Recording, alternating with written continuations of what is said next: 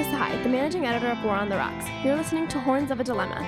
This episode is part of a series of special live Horns episodes bringing you into the room at the 5th Annual Texas National Security Forum, hosted by our partners at the Clemens Center, the Strauss Center, and the Clemens Strauss Intelligence Studies Project. The forum was held in late November at the University of Texas at Austin. In the final installment of the special series, a group of distinguished panelists talk China. The discussants are Christopher Johnson, former CIA analyst, Kelly Maximin, former Principal Deputy Assistant Secretary of Defense for Asian and Pacific Affairs, Jim Steinberg, former Deputy Secretary of State, and moderator Josh Eisenman, faculty fellow at the Clemens Center and distinguished scholar at the Strauss Center. Here we have, as you can see from our bios, an excellent group representing defense, state, CIA, and actually I served on Capitol Hill, so we've got a quadfecta, if such a thing exists. We were talking amongst ourselves, and I think we're going to get right into Q&A. I'm going to ask a couple of questions, and then we're going to turn it over to you guys, because I feel like there's just a lot of questions about China in the audience, and especially from students. I want you guys to get your questions going in your head.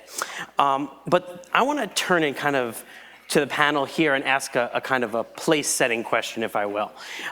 There's been a variety of reports recently about the changing nature of the U.S.-China relationship. The Sharp Power report, one report yesterday from Stanford. There have been people, including my own advisor, Mike Lampton, who in 2015 talked about a tipping point in U.S.-China relations. That tipping point it appears to be upon us. So my question for you as a panel, and we can kind of maybe take it from Chris and come down the line, is was engagement a mistake? Was engagement a failure? If it was, why? If it wasn't, why? And were we hoodwinked by Beijing, as many seem to suggest we were, as the president himself seems to suggest sometimes? So with those provocative questions, I'll turn it over to you. Well, thank you, and thank you for the opportunity to be here. I literally got off a plane from Beijing last night and then turned around and got on another one this morning to come here, and that's just a sign of my respect for Will and the opportunity to come and serve with this great panel. I'll admit that I'm a bit of an outlier on this subject because I don't think engagement was a failure, and that seems to be the common theme.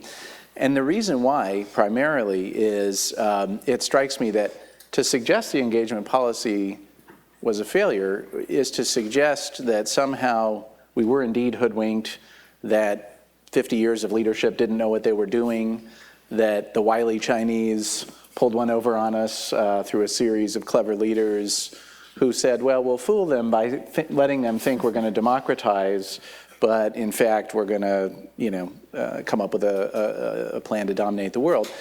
No, if you interview Kissinger and you interview Dr. Brzezinski, he's passed away now, but I did before he passed away, and you interview the people who were intimately involved, there was never any suggestion that we thought China was going to democratize. It was a purely strategic calculus that we made. So that's one point. I think the second point is the Chinese propagandists actually came up with a very helpful term on this in 2009. The term is historical nihilism. There's a lot of historical nihilism being practiced in the U.S.-China watching community as we try to shift blame, protect reputation, talk about who lost China, and so on. The facts are that the regime is ugly in its nature.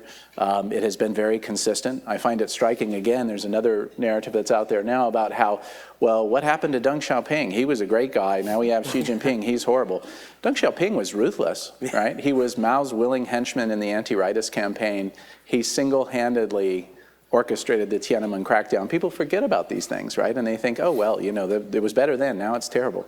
There's actually tremendous consistency, in the regime, and that's very important for us, I think, to understand, because I think the fundamental issue here is a breakdown in the China watching scholarship in this sort of period in the 90s into the early 2000s, where there was this notion that through intra-party democracy and some of the other sort of things that they were playing around with, that the system was moving toward this sort of more open system. That period was actually the anomaly. If you look over the history of the regime, what we have now is actually much more consistent with what the regime was headed toward. And the nature of the regime means that it can only go so far. It can only work within certain constraints. So I drag us through that because I think it's very important, because what you get on the other end then is the avoidance of a huge pendulum swing in our approach toward China, which then causes us to engage in bad policy rather than a steady, calm assessment that's consistent over time. Great. Well, I come from more of a defense perspective, but I actually agree quite a bit with you. I actually don't think engagement was a mistake, again, because the purpose of engagement was not about democratizing China. It was a set of strategic calculations and, frankly, economic calculations as well that we made. And when China joined the WTO, and as much as people like to point to that as a bad thing, our exports went from 16 billion to 192 today. Per year. So, I mean, I think people also need to understand that there was economic benefit to engaging China in the international space. I think that Xi Jinping is different. I do think that that under his leadership, China has made a set of decisions relating to its national economic enterprise, but also its foreign policy that have shifted significantly from where we were in the last couple of decades, when China was much more not as focused about engaging in the world as they are now. So I think Xi Jinping is very different. But the same question has to be asked about, well, what is the purpose of competition as well? So what's the purpose of engagement? What is the purpose of competition? And I think that there are ways that we can both engage China and leverage China, frankly, to our benefit, and also compete with them when we need to compete with them. And I think that is, frankly, where we're gonna end up as we go through this phase of competition as the trendy strategy line that everyone's using at conferences. No offense, Will. But I do think that the more natural state of being going forward is going to be some sort of balance between having to engage the second, soon-to-be biggest economic power in the world, and just trying to isolate them and contain them and compete with them, which I don't think is necessarily a sustainable course either. So I would fall in the camp of engagement was not a mistake, and it still isn't a mistake. I think we still need to do that, just with more clearer perspective on what the Chinese intentions are. And I think we're starting to get that, which is good. Well, let me amend the question a bit. If engagement wasn't meant to democratize China, and some folks have said it is during the 80s and 90s, et cetera, but if it wasn't, it was certainly meant to bring them on side so we could work with them in a more cooperative way. I think some of the panelists today suggest that that's not happened. So if we adjust maybe our intention of engagement, has it been successful in increasing and enhancing U.S.-China cooperation? I find, when I teach, I always ask students the question, what's the alternative, right? We can say, what was the problem with engagement? What would we have done? We tried this, by the way, from 1949 until 1970. We had a strategy of trying to weaken and defeat China, right, in some form or another, right? How did that turn out? And what would have happened if we had persisted in that, right? How would that have served American interests? So if you just do a purely national interest characterization, what was done, beginning with some thoughts during the Johnson administration, then ultimately, was just a recognition that the other strategy wasn't going to work, right? It wasn't producing any benefits for the United States. And to pursue and to persist, it could have produced war. Right? We could have attacked the Chinese nuclear capability in 1964. That was debated at the time. So there are certain, you can't debate policies in the abstraction compared to what else you might do. And that's the same problem we have now, which Kelly said so nicely, is we have to think about what the choices are here and not say, well, this was a failure because you didn't get X. You can't compare what we have unless you can say, we would have been better off if we had done something else. And that's the challenge that I put to the critics, which is, what would you have done differently? We have become all richer. China is better off, and that's good, could be good for us, right? It's created enormous potential for global growth. It's created a partner to deal with a number of things. It's also created some problems. But we still have to think about what would the U.S. interests have been. Now, again, I think we all recognize that there needs to be adjustments to strategy. We have to deal with the fact that we were dealing with a weak China then and a stronger China now. There are different sets of problems. But to say that engagement failed means that there was a different policy that we could have pursued that would have made us better off. And I'm happy to have the conversation, but I'd like to hear what that would have been. Well, actually, this just kind of begs the question. I want to go quickly down the line, maybe a couple of, just a point or two, of what should the strategy evolve into then? What should it look like then, Professor? So, we need, first of all, to have, I think, two things that should govern our strategy, which is one, what are our national interests, right? And what is plausible in terms of what can be done with China? We've heard a lot today. I have suspicions as to why Bobby and Will put us at the end, because this panel probably has a different perspective on some of these questions than the others. And I disagree with a lot that I heard say. But one of the things that I heard, which Tony Thomas said, which is he characterized China's strategy as being they didn't want to be second fiddle. And by the way, I think that's a perfect characterization of China's strategy. And I asked you the question, which is, can you imagine an alternative strategy that China might want to pursue? I mean, when I teach, I ask my students in my grand strategy class to develop grand strategies for other countries so we can see, as we try to develop a grand strategy for ours, what you might do. No country that has a choice will choose to be second fiddle, right? and for a long time, China had no choice. And so, yes, we had, Taogong, Yang Wei, and all that stuff. But China now has the opportunity to not be second fiddle, and they will pursue that. We don't have to agree to that. We don't have to like that. But we have to recognize that that's what China is going to do, that it didn't like a world in which it was second fiddle, that it was oppressed, that it was a taker of the international order rather than a shaper of the international order. So our challenge is to recognize that whether we like it or not, that China is now in a position to contest its position as second fiddle, and for us to say what we can live with and what we can't. What are the things that they are contesting that are unacceptable to us? And what are the things they're contesting that we think are reasonable and therefore we can try to work with? And we need to be clear about that. I think that's where strategy has to be clear, as to where are our bottom lines and our red lines. What are the things that we will not give up? We will not give up our alliances. They're critical to us and to our partners. We need to make clear that we will not tolerate China's attempt to weaken them or to undermine them.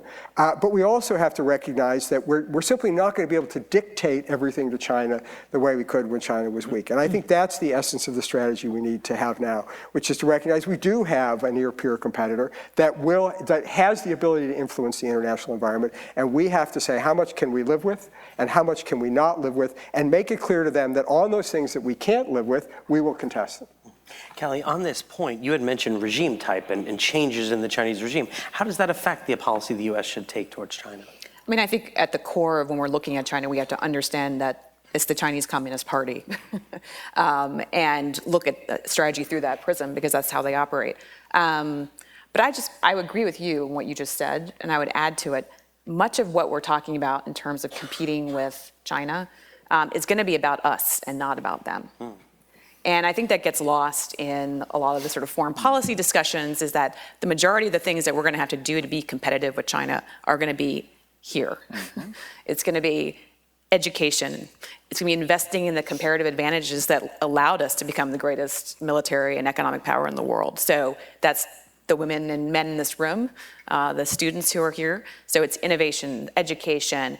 It's making our economic model actually work again. The American dream isn't really that great right now.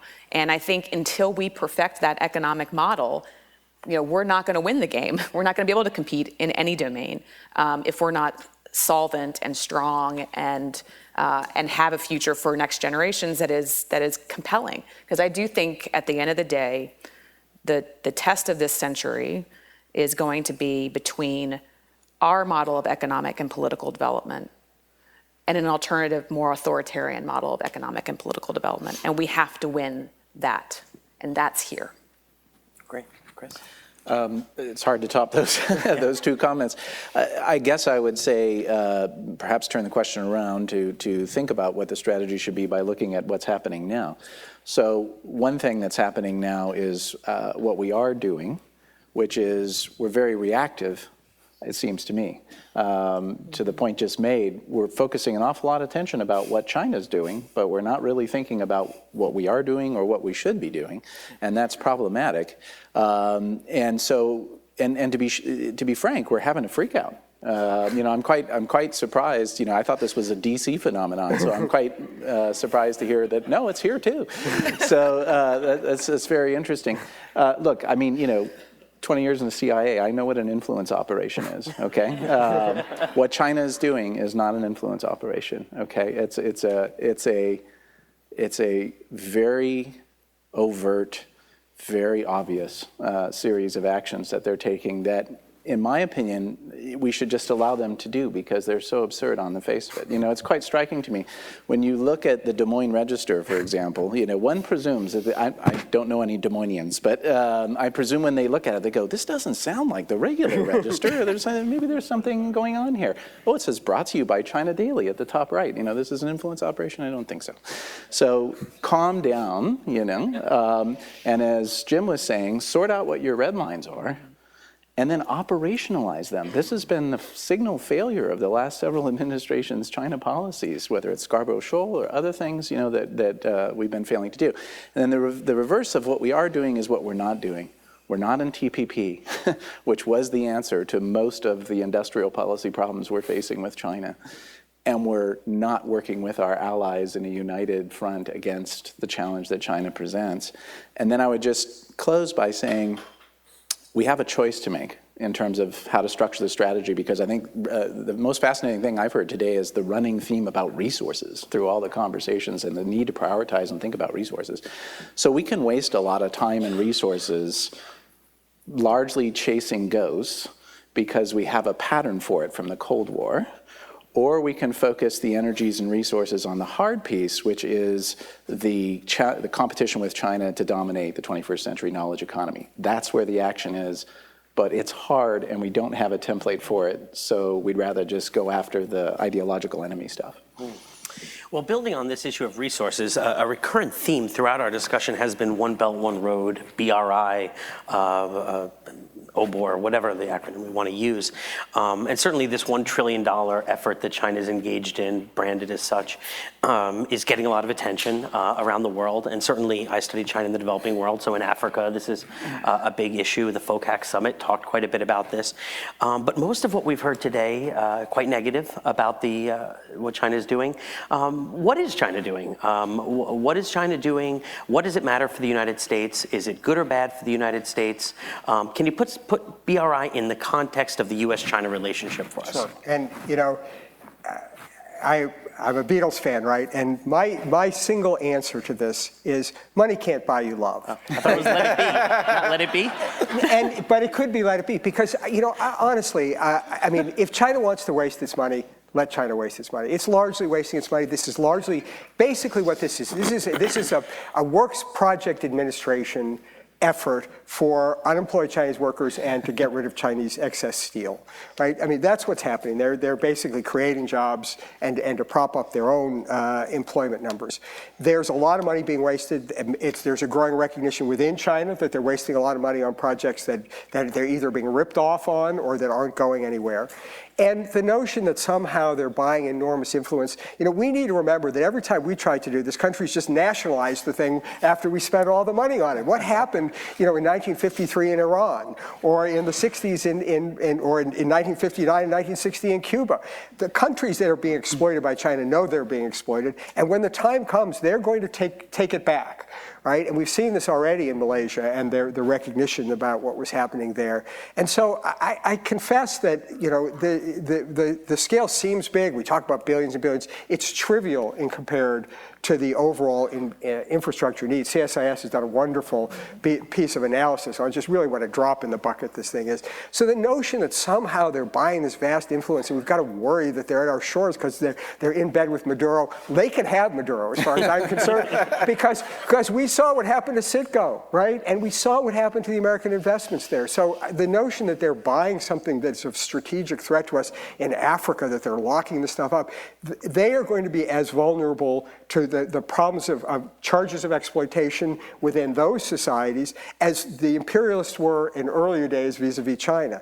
So, you know, I am a bit in let it be. I mean, I do think we have to worry, and there was some very good conversation about this earlier, about the need that we do need to be more responsive. We need to have effective aid programs. But by the way, you know, one of the things we learned, and I was very involved in this in the Obama administration, is that we know that Pakistan has a lot of infrastructure needs to do, but honestly, if they aren't going to be able to organize reorganize their government and deal with the corruption, and it doesn't, sinking all this money into it isn't going to help. So I think, again, this goes to, I think, what is our common theme here is we need to think about what we do in our interest and not be so frightened about all these things, this sort of litany of horrors that we're facing, that they're at our shores and they're going to own the Panama Canal. And, you know, I do think we're so worried about missing the boat on the threat that somehow we've been sleeping while, you know, China woke, that we're failing to distinguish what are the real problems, and Kelly's talked about them and others have talked about them, which are real. I don't mean to suggest at all that there aren't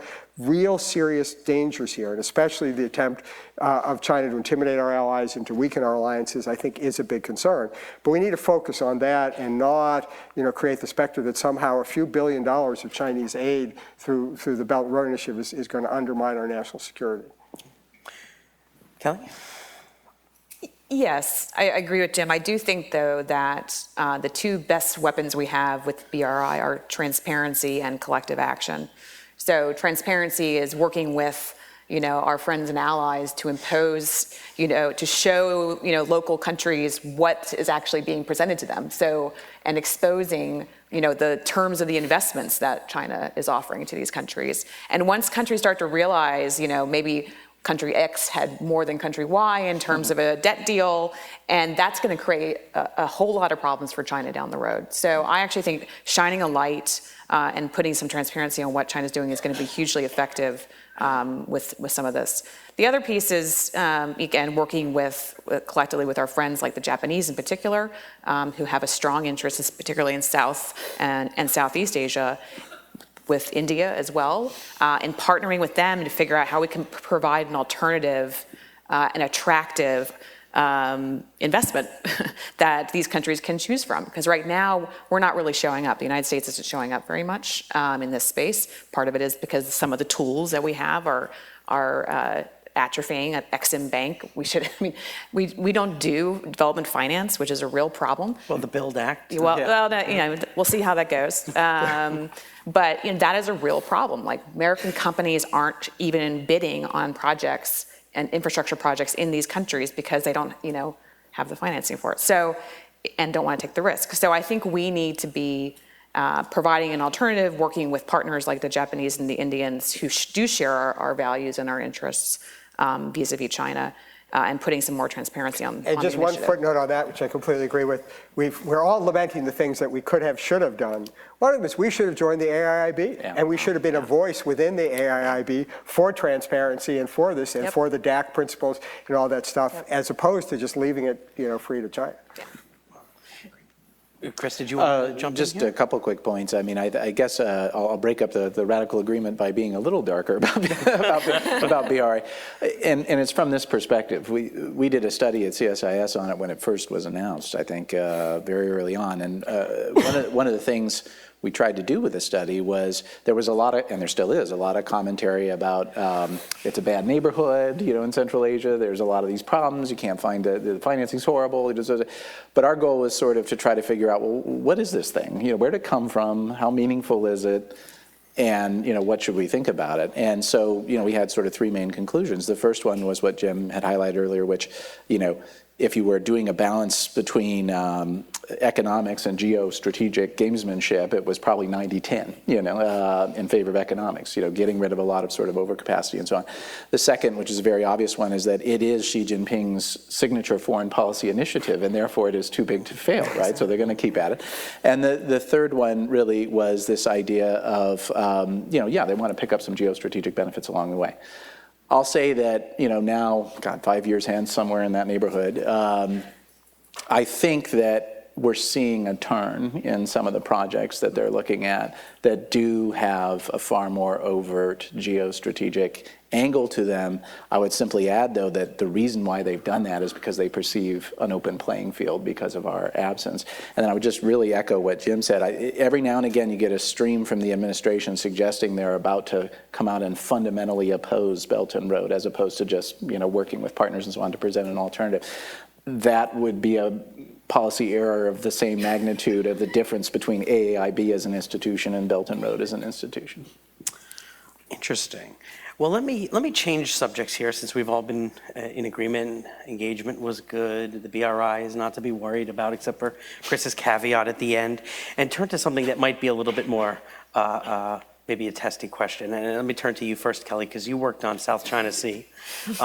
China has been building islands on reefs. It's been opposing our freedom of navigation. There were, I believe yesterday I saw a couple of ships, U.S. ships, pass through the Taiwan Strait. Tell us what's going on in the South China Sea. How do you see this issue evolving? And what should U.S. policy be in this kind of crux of the great power rivalry? So, yes, I worked on the South China Sea. It didn't go very well. So caveat everything I say. No, I think what we're doing right now is the appropriate thing. I think freedom of navigation and demonstrating the importance of that with these operations is very important. Getting others to do the same is going to be even more important down the road as the Chinese continue to sort of push and test whether or not we're going to stand up for a rules-based order. So that is part one, but that's not a strategy, right? FONOPs are not a strategy. But, I think it's important that they continue and be regular and not sort of perceived as one-offs. But really, I think the long game in the South China Sea is actually with our partners, and it's capacity building. It's, ensuring that the states, have maritime surveillance capacity so that they can monitor their own waters and fisheries and see what people are doing. It's building out, sort of a common operating picture amongst Southeast Asian nations. That's going to be the long game. And we started doing that in the Obama administration. That's continued into the Trump administration through an initiative from Senator McCain, actually. So, I think that is a really important piece of this. And of course, the diplomatic aspects of, pursuing one big mistake I think we made in the Obama administration on South China Sea was after the arbitral tribunal ruling happened, I don't think we actually did enough diplomatically to leverage that in the region. I think we were way too cautious about pursuing that in ASEAN and with others in the region. So I do think that's sort of where we got to head. I mean, at the end of the day, China is going to have these islands. They're going to use them for military purposes, but we have to put the choice to China. China is going to have to be the one to, fire the first shot. So we're going to just keep sailing, as close as we can legally. And if, it's going to be their decision to escalate militarily. And I think so we just keep on going and just keep doing it. And it puts the choice to them, and it kind of neutralizes the argument. Mm-hmm. You're not getting the disagreement you want here, right? Because I do think that the issue of the who owns the territory is a disputed one. The United States has not taken a position for good reason. It's not. We don't have a view. We don't have a claim. But we do have a set of interests here that need to be enforced, and freedom of navigation is an enormously important set of interests here. But we should recognize, as Kelly suggested, that we can put the shoe on their foot, right? When China declared an air defense identification zone over the East China Sea, we said, excuse me, I didn't hear you, right? And we kept flying, and it demonstrated the Chinese did nothing about it because they recognized that they were not going to escalate the conflict. I think we have to be very clear that we will not tolerate interference with freedom of navigation. We need to work with our allies. We need to build the capacity. But I think we would clearly prefer that they not militarize the islands. I think it is a problem for China that, having said that they would not, they went ahead. I think China pays a big price, frankly, for doing those things. And I think the price they pay for doing it is much more severe than the risk to us of their having it. I mean, I've talked to military colleagues about it. There are operational consequences for their having these capacities there. But we should also remember that if there were a conflict, these operational capacities would be worth nothing, right? Because they would be gone in a heartbeat. And so it is being clear about what we object to and what we think is unhelpful. We need to insist that and keep the spotlight on China's destabilizing actions. We should insist on working with ASEAN towards a code of conduct in the South China Sea. We should make it clear that China is the barrier to achieving that. These are all our advantages, and to keep our advantages in our hand and make China be the one who's destabilizing the region. Chris, let me top that up a bit for you. The quadrilateral dialogue was just held again, and I Papua New Guinea, was it, or Southeast Asia? Can you talk a little bit about what, if any, role the quadrilateral might play in addressing some of the issues that Kelly and Jim just mentioned? I think there's a lot of hope that it will do so. In my own discussions with, which happens ceaselessly in a think tank with the Quad partners, we find that two of the Quad partners in particular spend a lot of time attacking each other and not a lot of time thinking about the challenge from China. So it's a bit frustrating. And I think we need to understand that in some ways, especially with India, the challenge we face is the Indians are happy to talk about the South China Sea. They want us in the Indian Ocean. That's where they want us. And we're not there from their point of view. They want us to see over that horizon. And that's their goal. So they'll play along and play footsie in the South China Sea and so on, but they really want us over there. So there's some fundamental problems, I think, in that infrastructure. Let me just say a few words about the broader South China Sea challenge. I think I'm a lot more pessimistic, I think, in part because you never want to focus on, these things happen over long periods of time, you never want to focus on a single decision point of failure or success. But the Scarborough incident, I think, really doesn't get enough attention. I can't tell you how many times I'm in China and talk to all people all over the system, military, all the others. Uniformly, they say, we cannot believe that you didn't push back. And actually, yeah, so basically 2012, a territory that was previously under the control of the Philippines, the Scarborough Shoal, the Chinese got themselves in there. There was a lot of mix-up, a lot of potential for conflict. We had an agreement that everybody would just go away under the guise of an approaching typhoon. The Filipinos left and the Chinese stayed, and it's still under their control. And so the problem was the signal it sent to them about U.S. resolve, U.S. consistency. And I think they would have done everything they've done, but they would have done it over 25 years instead of one. And that's a very big strategic difference.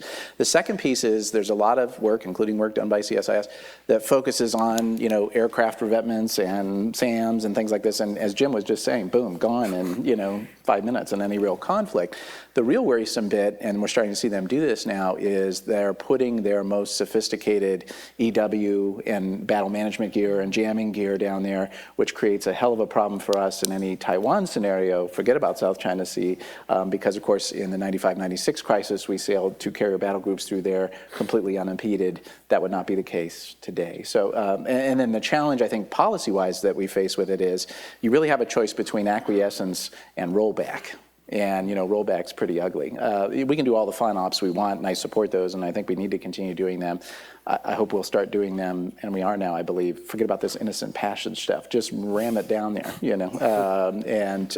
But I think we need to do a lot more also in sort of the black space that shows them there are consequences for those decisions down there. Well, that's great, and actually sets me up for my final question before I turn to you students out there for your good questions, so get them all ready. And that's the Taiwan question.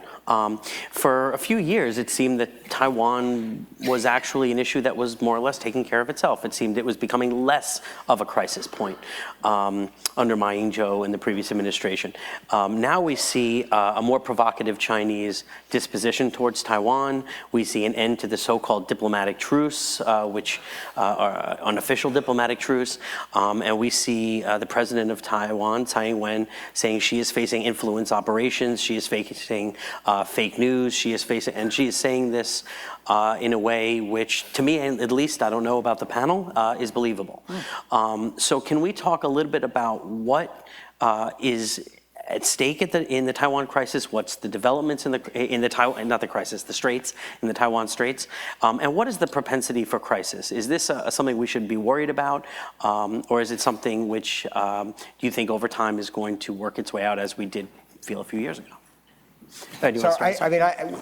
One should never be overly complacent about the Taiwan situation. It always has the risk of becoming a very serious crisis, and as we've touched on several times here, having lived through the 75-76 crisis, it was a crisis, and it was very severe.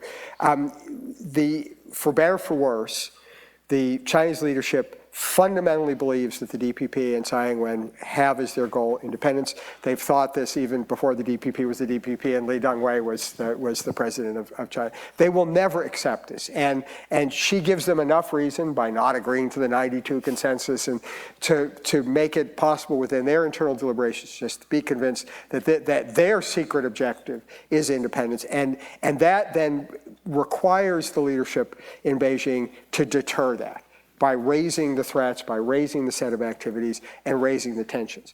That, in turn, of course, requires Tsai Ing-wen and the forces in Taiwan to respond to that. I totally understand why the DPP is in the position that it is and feels that China should deal with it on its own terms, so long as they don't declare independence.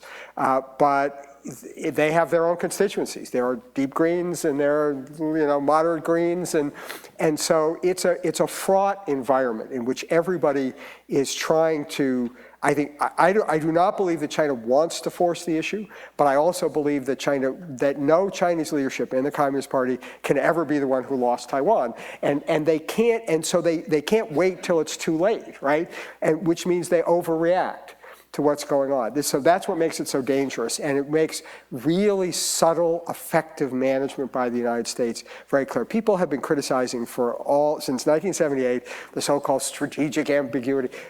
It's been an enormous success, right? and it comes from the fact that we have been able to manage the fact that we've convinced each side that they risk losing our support if they go too far. And we can't be too precise about what that would be, because part of the deterrence comes from the ambiguity. We've all studied Schelling and all that good stuff. So it's very, very hard to do. And I hope that there is an understanding and a sensitivity in the Trump administration, whatever the other objectives are and whatever else it's trying to do in its China strategy, that this requires a tremendous amount of delicacy. We cannot abandon Taiwan. We cannot, we don't have a formal commitment, but my good friend and mentor, Sandy Berger, always said to me, my view is we would not stand idly by, and I believe that's right. And China needs to know that. But it's also true that Tsai Ing-wen and DPP has to know that it's not a license to be provocative at any cost. And the United States has to be able to do that kind of very subtle diplomacy, backed up by military things, including arms sales. We got into a lot of trouble with our relations with China in 2010 for continuing the arms sales, but that is a part of it. Thanks. I would just add, I think I worry a lot about Taiwan, but one thing that China is already doing with Taiwan is basically trying to smother it economically with a pillow. So they're essentially, right, or exactly. But they'll lure young Taiwanese to come work in China, and in China, frankly, the salaries are a lot higher than they are in Taiwan. And so they end up staying.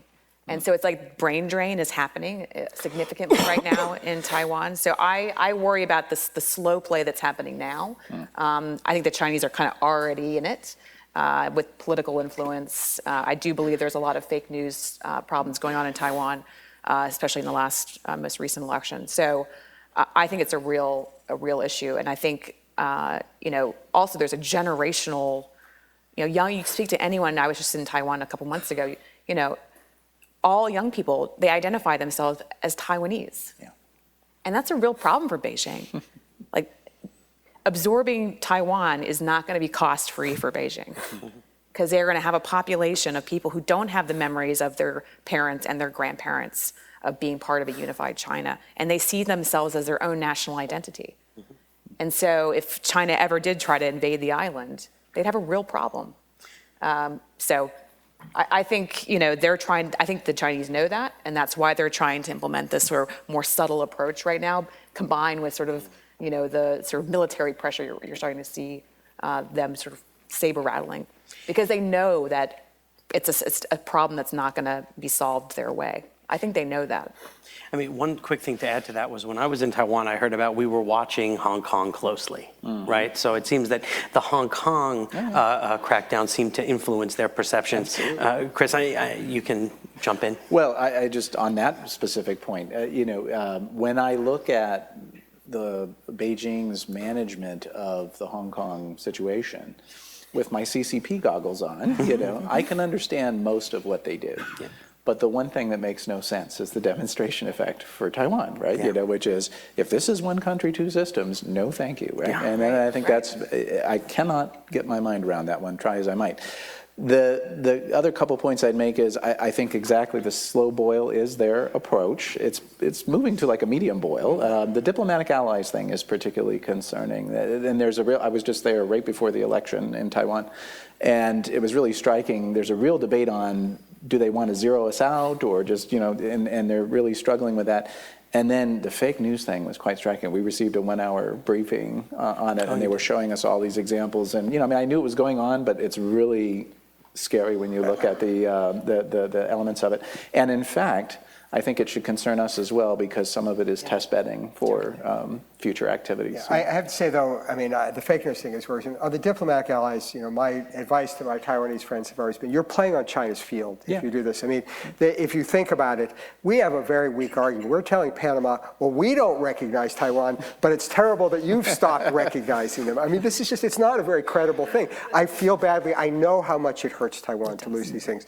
But I think that you know, Taiwan should play to its strengths and think about the things where it can, you know, hold high the banner, its democracy, its vibrant society.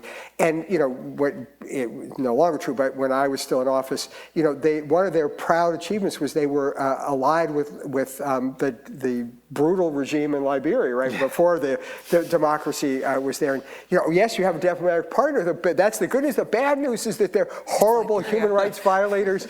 And is that good for what you are? So, you know, Taiwan has to figure out how it plays to its strengths and keeps the global support. In the end of the day, the thing that will most, I think, deter China is the sense that China would pay a price, not just in the resistance, which would be fierce, but also, there would really be a significant international reaction, and that will happen so long as the world understands Taiwan to be a country that believes in human freedom, believes in democracy, supports those principles, and advocates it, is out supporting human rights in other countries, is doing humanitarian work and things like that. And just to amplify that real quickly, I think, you know, the struggle that's happening within Taiwan as well is, you know, the big question, the democracy stuff aside, is how do we get out of the economic vortex? You know, you mentioned the people going to China and so on.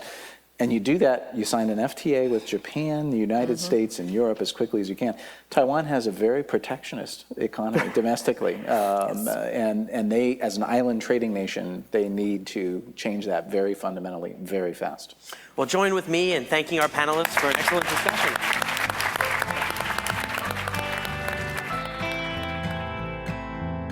Thanks for listening to Horns of a Dilemma. Be sure to check out the Texas National Security Review at tnsr.org.